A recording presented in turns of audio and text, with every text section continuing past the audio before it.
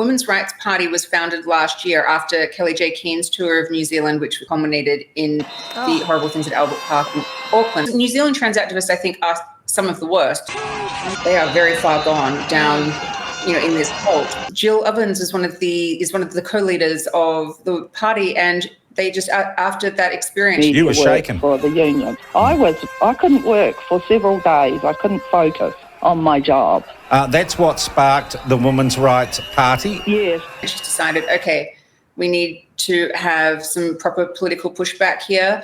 And it's all building at the moment because New Zealand is basically trying to put gender identity into their Human Rights Act. So their Human Rights Act is very similar to our Sex Discrimination Act. So it's quite insane because while New Zealand could be looking at Australia as the canary in the coal mine. They did the Australian Sex Discrimination Act, that was in the 1980s, and gender identity just wasn't a thing at the time in the 80s and the 90s. When our legislation was written, the Human Rights Act, it has now become a thing where in Australia under Julia Gillard they put gender into the Sex Discrimination Act, and as you said, they didn't define sex because it wasn't thought to be necessary, and nor is the case in our Human Rights Act. I'm very against gender identity being in law anyway, for a few reasons. One, I don't think the state should ever have a role in your personal identity of yourself.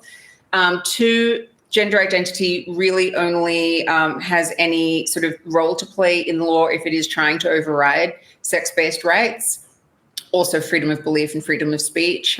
And finally, there's no actual definition for what gender identity actually is. No one agrees on a definition for it. And any definition that does get put into legislation is so vague and it makes no sense. The definitions are always basically gender identity is gender identity. We should be able to define what this term even means, yet nobody can. But that's the whole point of it. The fact that there is no set definition means people are allowed to be who they want to be. And the only thing we do know about it is gender identity is a cover for autogynephilia. So you're essentially just putting a male sexual fetish into law and making it a protected characteristic. So I just think I'm completely against it. I think it's so dangerous. You're saying that if somebody didn't call someone by the right pronoun or identify as they wanted to be identified as, that is against the law. It would be against the law. Well, it could give rise to a complaint under the Human Rights Act. I'm working hard in Australia to try and get gender identity removed from our laws.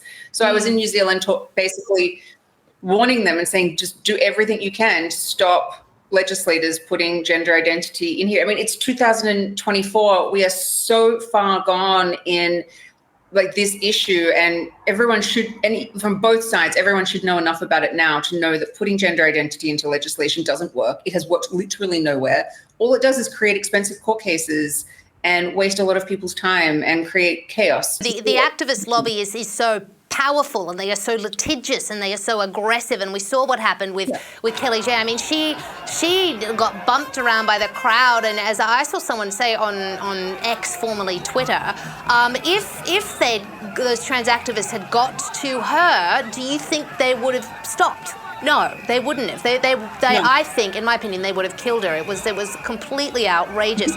Hopefully New Zealand doesn't do it.